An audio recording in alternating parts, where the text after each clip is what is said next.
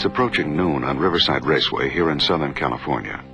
The crowds are spread around the 9-turn road course waiting for the green flag, marking the final race of the season in Winston Cup Grand National Stock Car Competition. One man on the starting grid in this elite world of Grand National racing has brought his wife to be with him until the last minute before starting his engine. Bobby Allison, the man from Alabama. The scarred, tough veteran of the sport who has won just about everything in the world of racing except the Winston Cup, the National Driving Championship. Judy Allison. This lady has seen enough racetracks in America to last anyone's 6 lifetimes. She's been through good times and bad in the 23 years of her marriage to this legend that she knows as her husband. For most of his career, Allison has been chasing the elusive Grand National title. And today, it's within his reach once again. 5 times he has been this close, only to be forced to settle for second best. Friends in the sport come to wish him luck. He'll need it. It rained all night, and the weather continues to threaten. That's bad news on a tricky, shifty road course. This track is nothing like a high-banked super speedway or short track back in the Carolinas. All in all, this man from Alabama wishes he was back in Dixie, on southern turf where the racetracks only have left turns and the grandstands and infields are filled with fans who know and love him as the leader of the Alabama gang. But Dixieland wasn't always friendly this year. The man from Alabama has not forgotten how it all began. Away down south in Daytona just about 9 months ago in a race featuring the drivers who had won pole positions in the previous NASCAR season. It was a dream race for the fans. For Bobby Allison, it was the first of his nightmares at Daytona.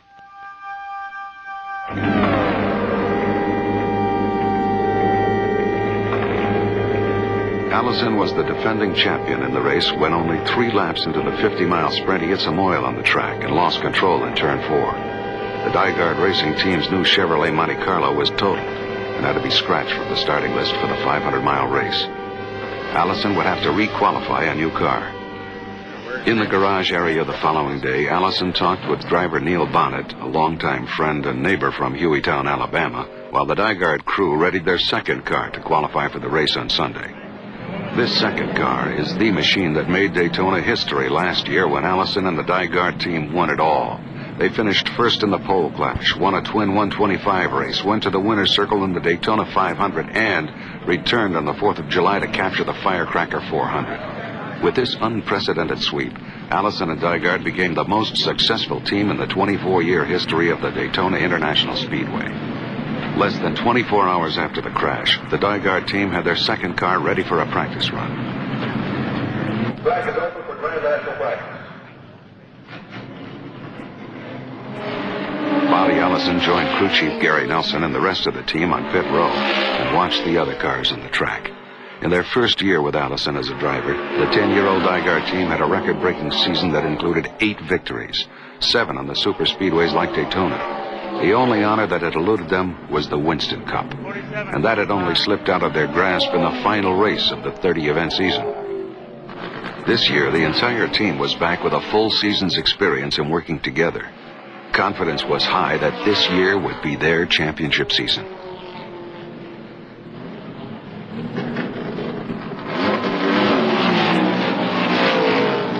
Allison took the 22 car out on the track for a practice run, and Gary Nelson with the rest of the crew watched as Allison turned in a lap on the 2.5-mile high-bank tri-oval of 198 miles an hour. The car was in great shape. The crew was pleased.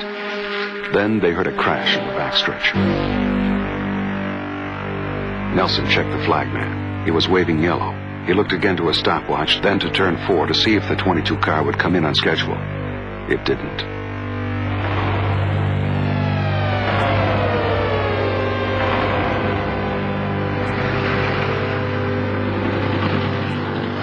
In the 43 seconds it took to run a hot lap at Daytona, the mood of the team had changed. The question on all of their minds was, how bad is it? How is Bobby? How is the car? Allison went to the infield hospital, apparently all right. The wrecker brought in the 22 car, totaled. With that amount of frame damage, it might be able to be fixed, but it would not be competitive. Nelson took command of the situation and began to delegate responsibilities. As Gary hurried through the garage area, he joined Elvin Rector and they began to make plans. They could rent a car from one of the other teams and be back on the track within an hour. They discarded that idea. It's not Dygard style.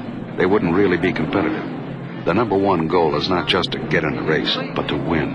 It's not likely they could win with a rented car. Only one more car was available that could be made race-ready by the NASCAR deadline tomorrow. It was in the Dygard garage back in Charlotte, North Carolina. 2 crew members would take the next available flight out of Daytona and bring that car to Florida. Dygard's engine builder, Robert Yates, recognized by most as the #1 man in the sport, looked at the results of months of preparation and testing turned into scrap metal. At a cost of approximately $80,000 per car, the power and handling advantage that Dygard had brought to Daytona was now $160,000 worth of salvage parts and wrinkled sheet metal. While the second wreck was being loaded onto the truck, the press sought out Dygard team owner Bill Gardner for his reaction to his team's misfortune during the past 24 hours. The semi-doors were closed on 2 race cars that were now history.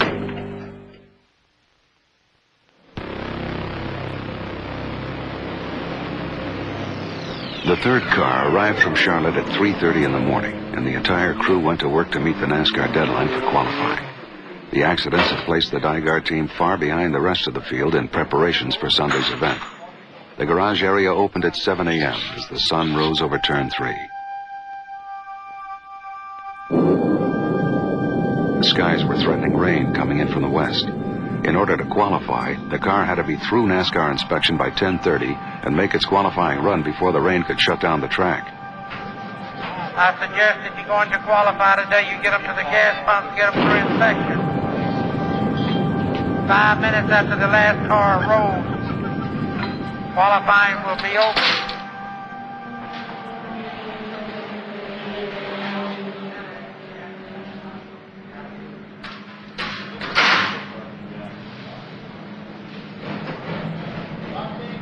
Bobby, now it looks good now. Let's keep it looking like it here. Oh, man, tell me about it. Bruised and sore, Allison would attempt to qualify his third car this week. He had won at Dover and Richmond in this car last year. However, the car was built for the short tracks, not the super speedways, and it wasn't very aerodynamic.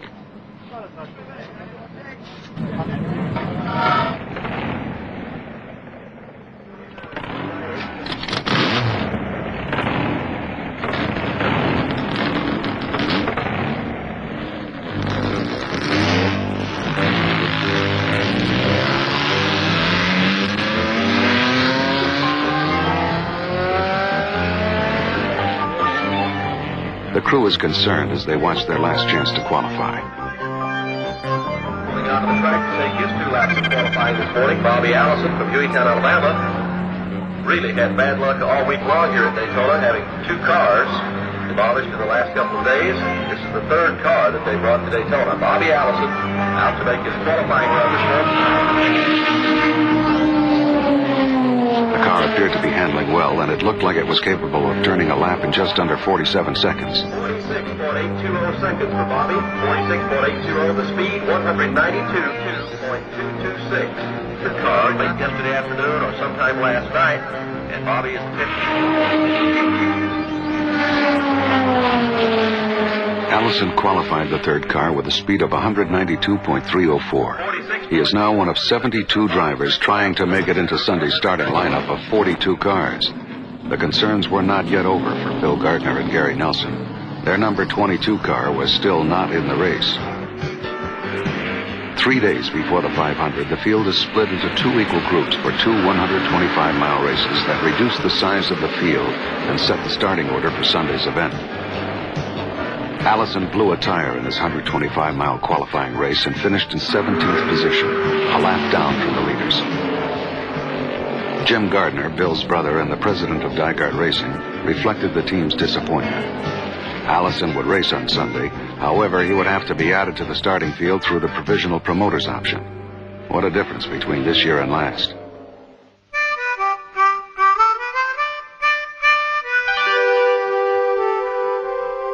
Upwards of 40,000 people on the infield at Daytona were only part of the crowd of 130,000 expected for the opening of the Grand National season. Vice President George Bush was the honorary starter who would wave the green flag down on the first $1 million event in stock car racing history.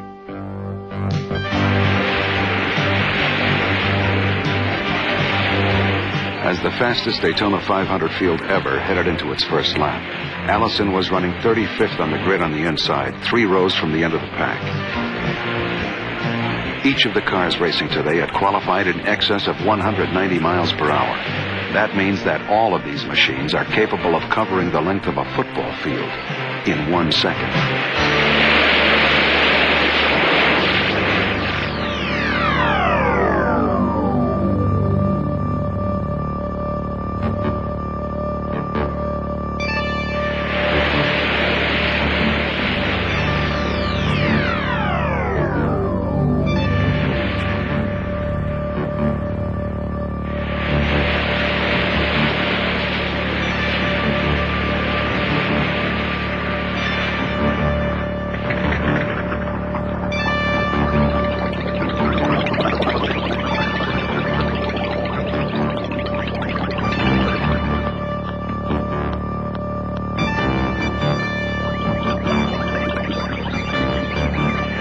Today was Judy and Bobby Allison's 23rd wedding anniversary. She would spend the day in the pits keeping the lap chart for the team. She hoped her husband could move up from the back of the pack to run up front where he has been most of his racing life. In 1978, Allison started 33rd here at Daytona and picked his way through traffic to win. She knew he could do it, but the car couldn't.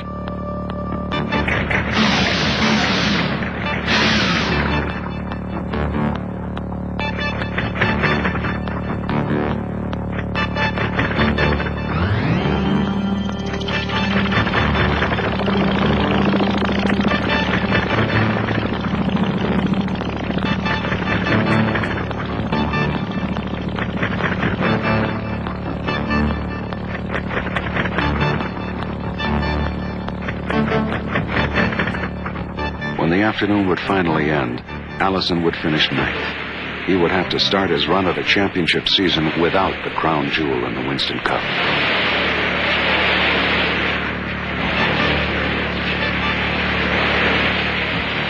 However, he wouldn't have to wait long to take his first checkered flag. 1 week later, on the half-mile oval at the Richmond Fairground Raceway, Allison would not have to return to the garage area, but would drive down pit row into Victory Lane for his first win of the young season.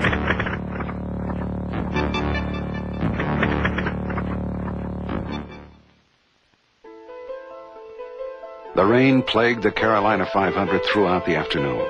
Speedway officials tried to dry the track between showers so the race could continue. If the race was stopped, the vehicles would be impounded under guard in the track garage area until a restart next Sunday. Gary and Bobby felt confident that from the strong second position they held, that they could go up front and win.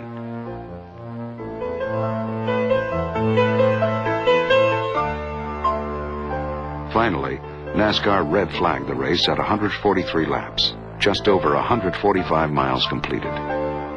During the intervening week, moisture apparently got into the ignition, and after Allison took the lead on the restart, the car was missing. The crew struggled with the problem, finally solving it, but they had to settle for a 10th place finish.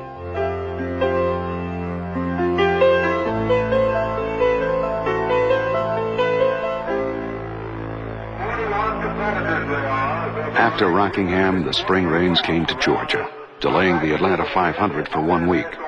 The Dygaard team had decided to continue the season in the Buick, considering it more competitive than the Chevrolet.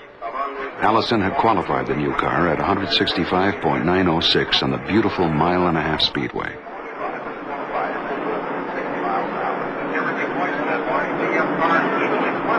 The first lap of a stock car race is like being inside your car going home after work in rush hour traffic 60 miles per hour. Every driver is willing to cut inside of you, around you, or bump sheet metal side by side with you in order to get into a curve first or down the straightaway faster.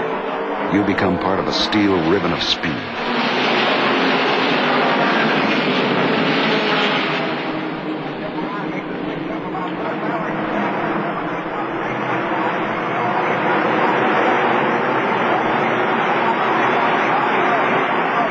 It was apparent in the opening laps that the 22 car was having problems. From his fourth place starting position, Allison drifted back through the traffic.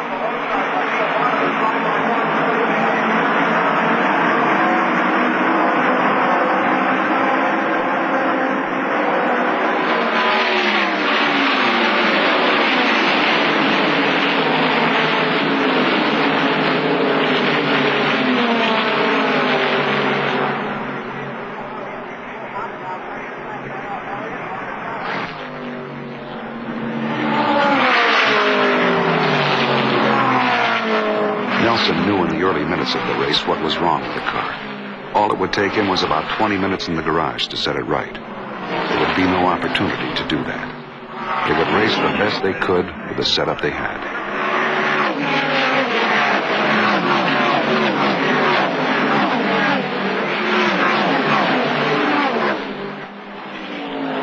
The car should have been able to go 60 laps at Atlanta before a pit stop.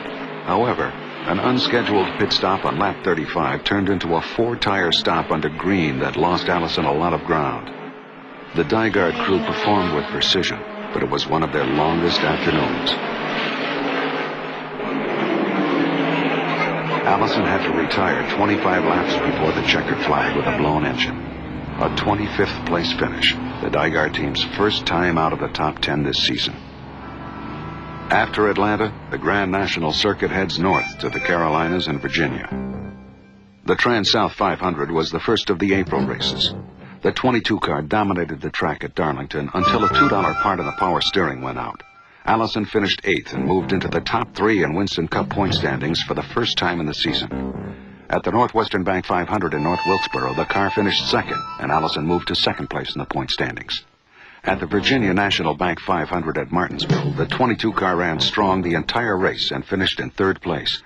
After 7 races in the season, Allison had vaulted to 1st place in the race for the National Driving Championship. It took a speed of 193 miles per hour to make the starting lineup at the Winston 500 at Talladega. The 22 car started in 19th position and ran well, moving through traffic up to 10th place. A perfectly timed pit stop early in the race moved the 22 car up front where Bobby could run with the lead pack. The Dygaard team was having an outstanding day when Allison came into the pits under caution on the 67th lap of the 188-lap race. As 6 men went over the wall, Roy Thornley reached out with his pole to wash Bobby's dust-encrusted windshield. The 4-tire stop and refueling was moving with Dygaard-style precision. It looked routine. It wasn't.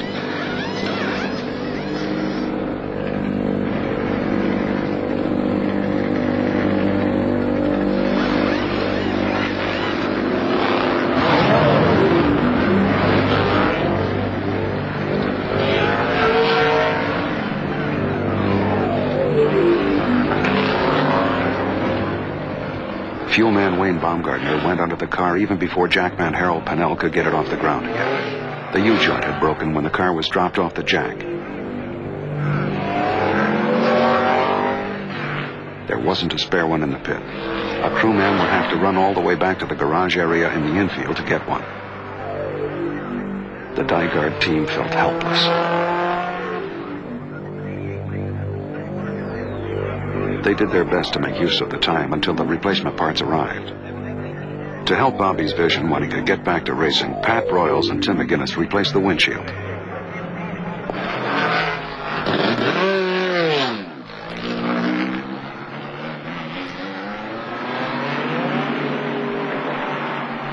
Tire man Norman Kushimizu watched with Gary as the entire team spent the rest of the day hoping to find an opportunity to make up the distance the 22 car had lost. They never did. Allison had to settle for a 10th place finish, and he slipped back into 2nd place in the point standing for the Winston Cup. In the Marty Robbins 420 on the half-mile track at Nashville, Allison started 11th and finished 2nd. In the Mason-Dixon 500 on the 1-mile track at Dover, Delaware, Allison started 10th and went up front to lead 7 times for a total of more than half of the 500 laps of the race. His performance put him back into 1st place in the points race. Back on a half-mile track at Bristol, Tennessee, Allison started 12th and finished 2nd.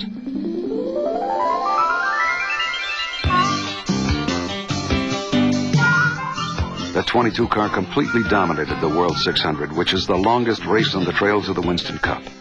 Allison led the race for 188 of the 400 laps of racing. 137,000 race fans were assured of an Allison victory.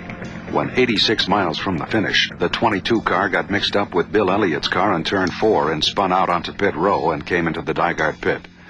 The collision had knocked the alignment off, and both front tires were towed out, which gave the car all of the handling finesse of a Sherman tank.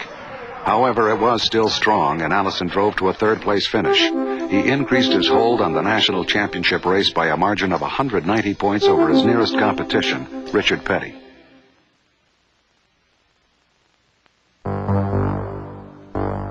The 12-race marathon from Memorial Day to the last weekend of July that makes up most of the long, hot summer of Winston Cup competition is a real grind for the Grand National teams. Without a weekend off and little time for their families, the drivers and crews cross the country from east to west and north to south, from California to Pennsylvania down to Florida and up to Michigan. In addition to the competition, there's a lot of travel time, and if a team has problems either with personalities or racing equipment, there isn't much time to fix it. You just have to keep racing. The 13th race of the season at Riverside, California was bad luck for the Dygard team. A faulty distributor forced the car into the pits for repair, and Allison had to settle for a 22nd place finish. But the following week at Pocono, Allison dominated the event and went to victory lane for the third time this season. Coming off the win at Pocono, Allison went to Michigan and finished second, then on to the 4th of July race at Daytona to begin the second half of the season. Because of an accident early in the race, the best he could do was finish 14th. At this point, Allison was 212 points ahead of his closest competition for the championship cup. However, that competition was Darrell Waltrip, driver of the number 11 car of Junior Johnson. It had taken Waltrip half a season to get into second place in the points race, but he is the two-time defending national champion and a strong finisher. Waltrip would definitely be a factor from now to November. Two more top 5 finishes, a 4th at Nashville and a 3rd in the second race at Pocono, kept Allison's 200-point margin intact. But the summer race at Talladega cost him dearly. A 9th place finish started to eat away at his national championship points advantage. The dog days of August began at Michigan with the lowest point of the Dygard season. The 22 car was forced to drop out of the race and posted a 34th place finish. A 3rd place finish the following week at Bristol didn't help enough, as Darrell Waltrip's consistent performance had shaved Allison's Winston Cup lead to only 41 points. Then the Dygard team went to victory lane at Darlington for their 4th victory of the season, and they came to Richmond with a belief that they had turned the momentum around. 56 points now separated Allison and Waltrip, and the tension in the garage at Richmond during race week could be cut with a knife. These two men had been here before.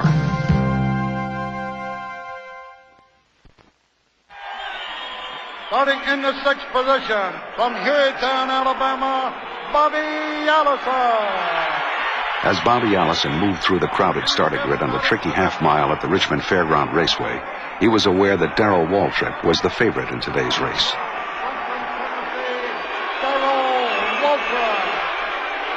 Allison's win last week at Darlington had been the first time he'd been able to finish ahead of the 11 car since the 4th of July race at Daytona, when Waltrip began to steadily cut away at Allison's points advantage for the national driving title.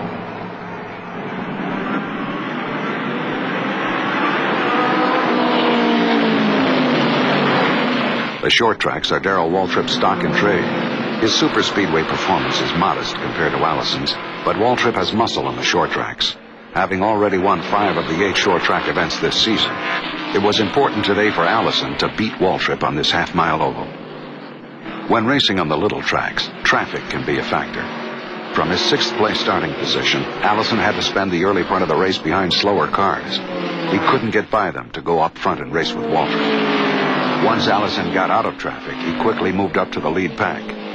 Before the afternoon was over, Allison would lead 212 of the event's 400 laps, including all of the final 116 to the checkered flag.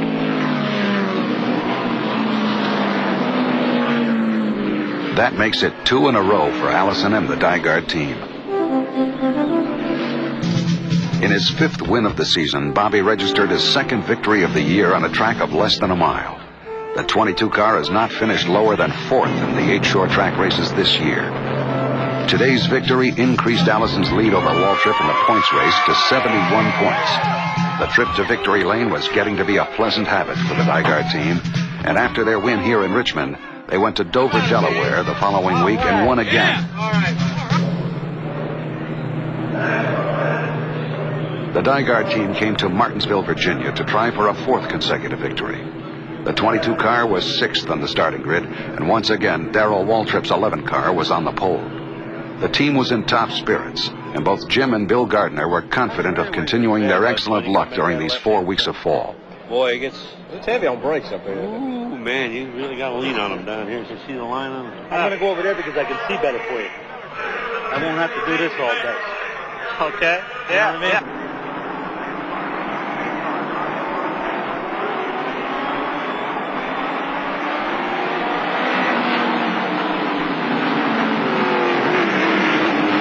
There is no question that Waltrip would like to use a victory here at Martinsville to cut into Allison's Winston Cup points lead. Allison has never won on this track. Today could be the first of his career. This is a difficult track with long straightaways and tight turns. Essentially, it amounts to 2 drag races with a turn at each end. It features a lot of change in speed from the turns to the straights. It's hard on engines and a monster on brakes. The short tracks on the Winston Cup circuit are tough on team finances. The odds are high that your equipment is going to get torn up. Along with the stress on brakes and engines, the tires take a real beating. The top teams will go through 30 tires in a race like today's, and if they don't finish in the top 3, it's possible they won't even make enough to cover their tire bill for the afternoon.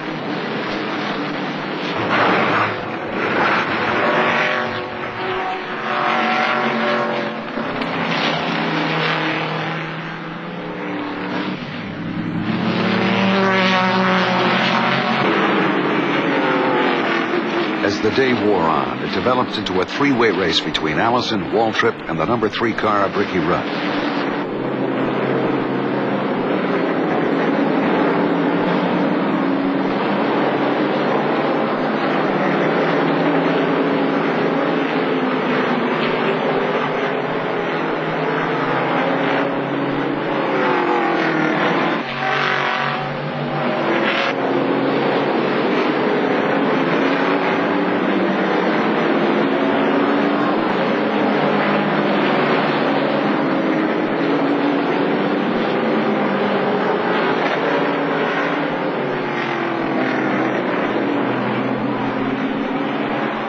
When the afternoon was over, the checkered flag would belong to Ricky Rudd, and Allison would finish second and Waltrip third.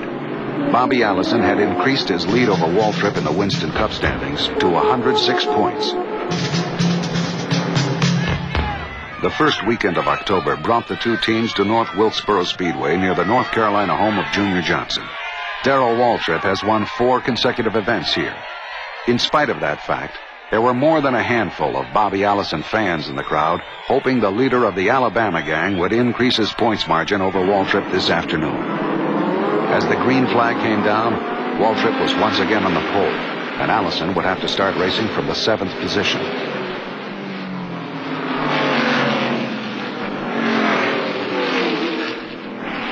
The Dygard crew and the Junior Johnson crew were side by side on pit row, and the morale of the 2 teams was high. They knew they'd have to beat each other, and the competition was really intense. The feelings between these 2 teams is the closest thing to a hill country feud since the Hatfield and McCoys.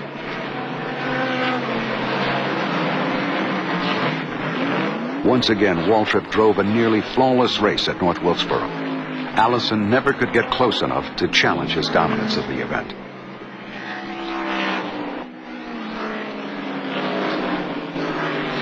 Bobby finished third behind Dale Earnhardt and Waltrip.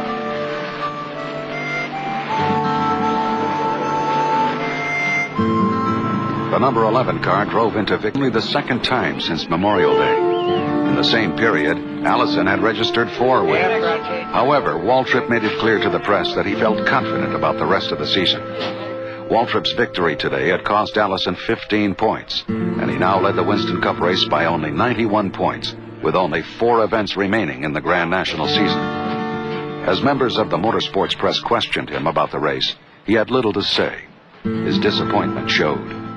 Allison has proven his driving ability time and time again. However, it is said that most drivers can be beaten somewhere along the line mentally. Couldn't get it. Got close. Yeah, it looked like we got close there up to about the halfway mark. Did it just sort of go away? Yeah. There was an unusual silence on Allison's part this October afternoon.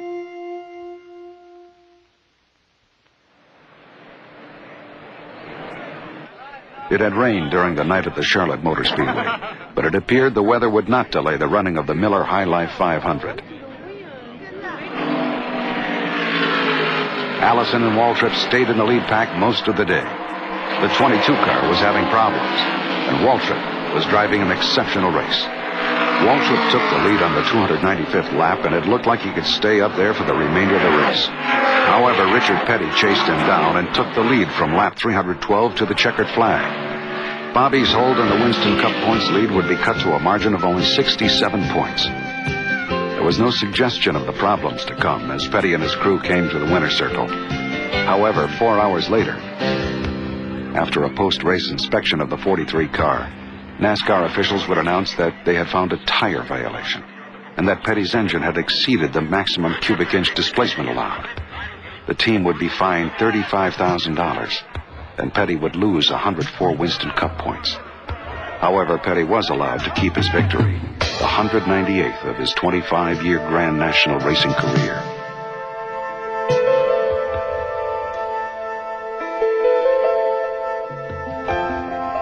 It was a sad rain that fell on North Carolina Motor Speedway. The scheduled running of the Warner-Hodgson American 500 had been canceled and set for the following week, weather permitting. Most of the Grand National teams had returned to their homes, and the track was only fit for a child's game.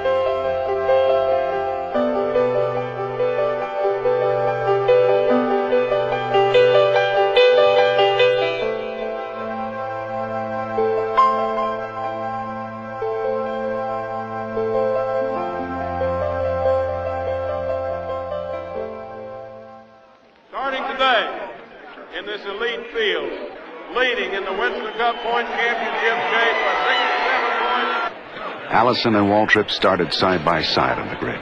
Waltrip has been the winner of the last 3 American 500s. This is a good track for a Junior Johnson car.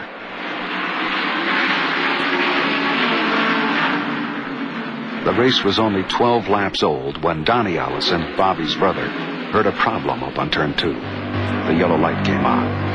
Allison had experienced the wildest wreck of his career here at Rockingham. The Dygart pit waited to see if Bobby had been involved. The 22 car was untouched, but the 11 car was hurt. Waltrip had suffered extensive damage in a crash involving 3 other cars. By lap 69, the 22 car was running second. And by lap 70, Allison took a lead that he would hold for the next 43 laps. Bobby moved out in front of the lead pack and ran alone. No one seemed to be able to run with him. Then on lap 113, he came around the track hurting.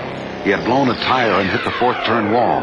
The problems were major, and the car had to return to the garage area for repairs. A ball joint was broken and the fuel lines were damaged.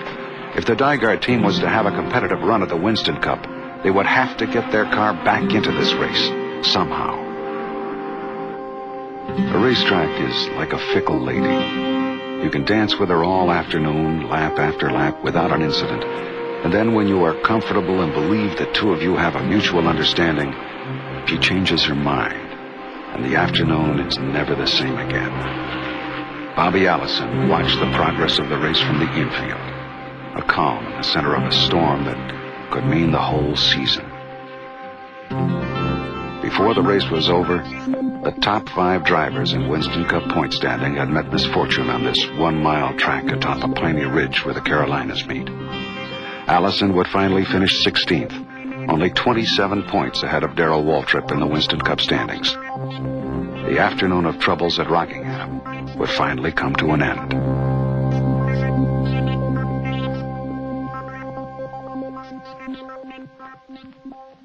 And the home of the brave.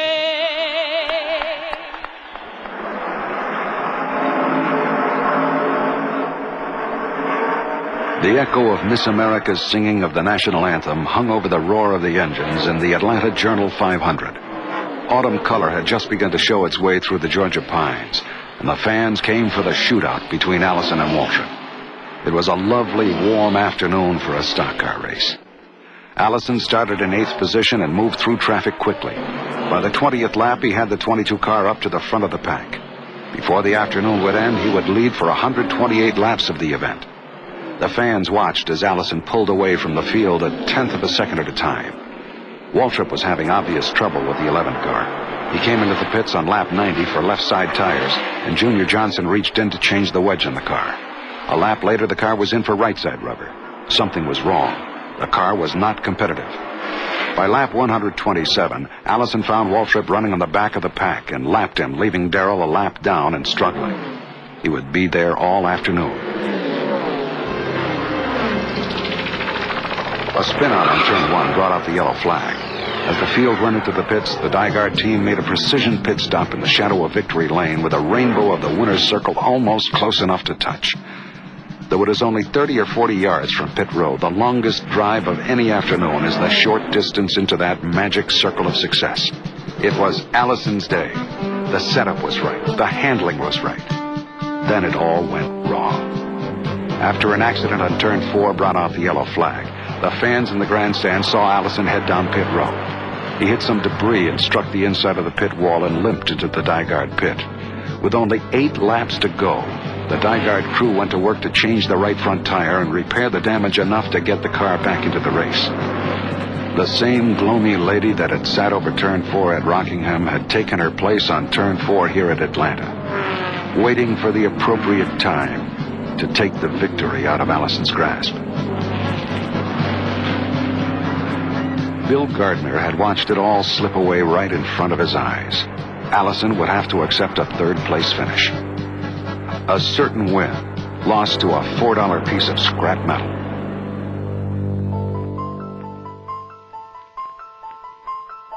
After the grandstands had emptied, Gary Nelson took a lonely walk down pit road. From somewhere, night air blew a clean chill through the infield as the fading light of day touched the skid marks of Bobby's car, leading to the blackened retaining wall where he had hit. A man who plays out his life in front of thousands of people gets very few minutes of privacy. It seems that only when you lose can you really be alone. The Georgia sun was setting in the last race of the season in Dixie. The Dygard truck pulled into the garage area to load for the trip to California. Allison and Waltrip would have to settle this matter of the Winston Cup at Riverside. The last of the race fans were leaving. In the glow of the October dusk, a lone campfire in the infield marked the end of Grand National racing in the South until next year.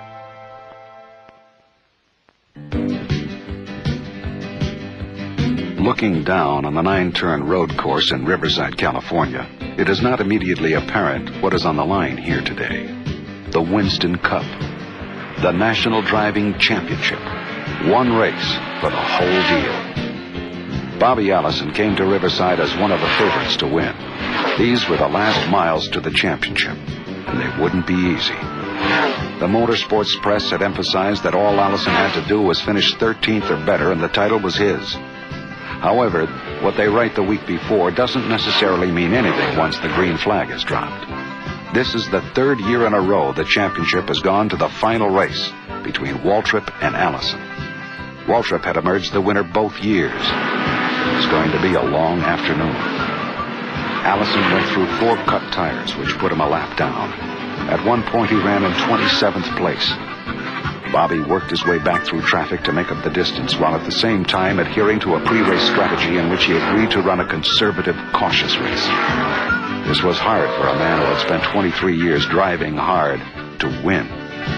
The national championship could be wiped out in a split second if Allison tangled with another driver on the track.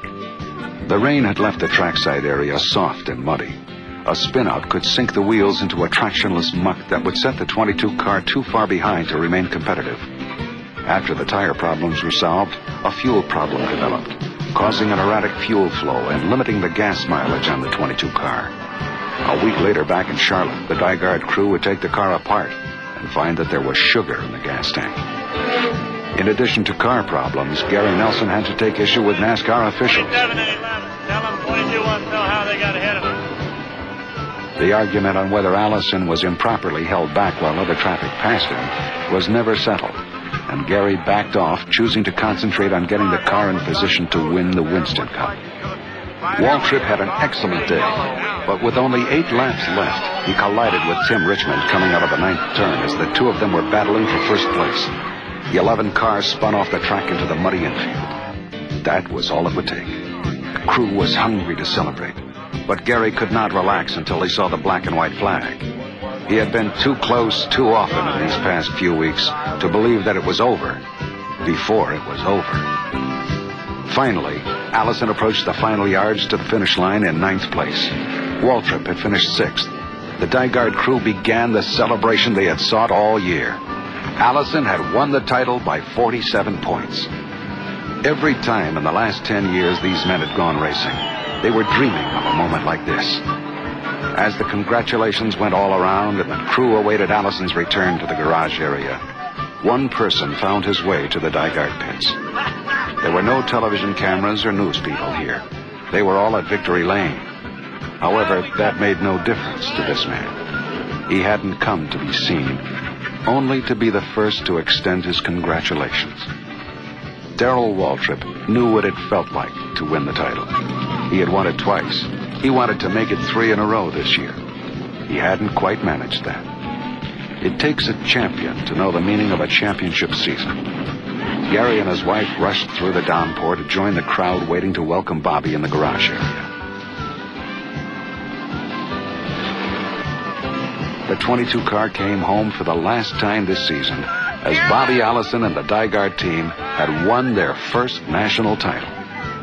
After the celebration here in Riverside, Allison's next stop was supposed to be New York City for the Winston Cup Awards. However, he would make a detour before he reached his final destination.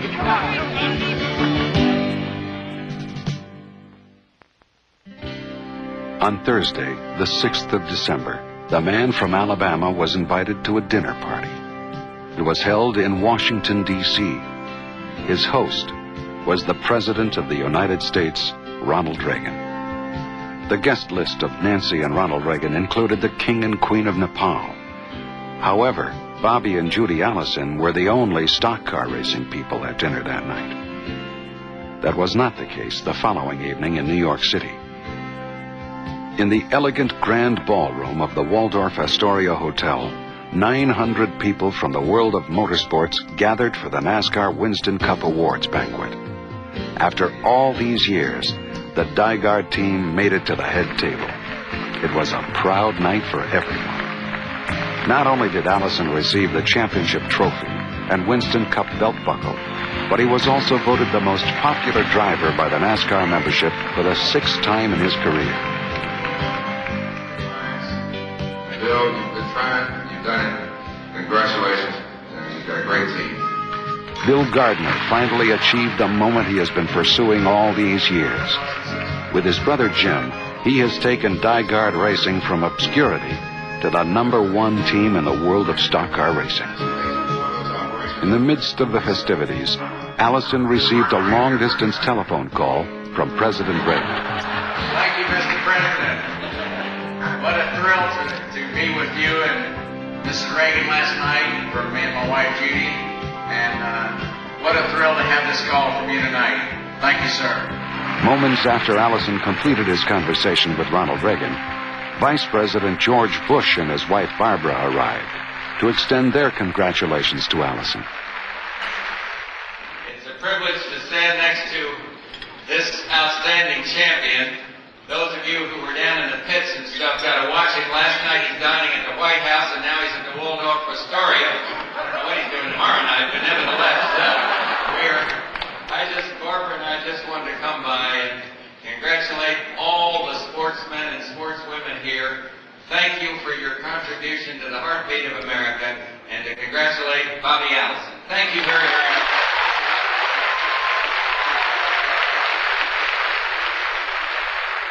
It was a proud occasion for Judy Allison, who had her first date with Bobby when she was only 16 years old. 23 years of marriage and 4 children later, she could still remember when he drove a '38 Chevy Coupe to school with race numbers painted on the side. On the weekends, he bolted on a set of race tires to go racing. He's been racing ever since. Dygaard is the 22nd different team that Allison has driven for in his 29 years of racing. They have been good for each other. They needed one another to achieve this mutual lifelong dream.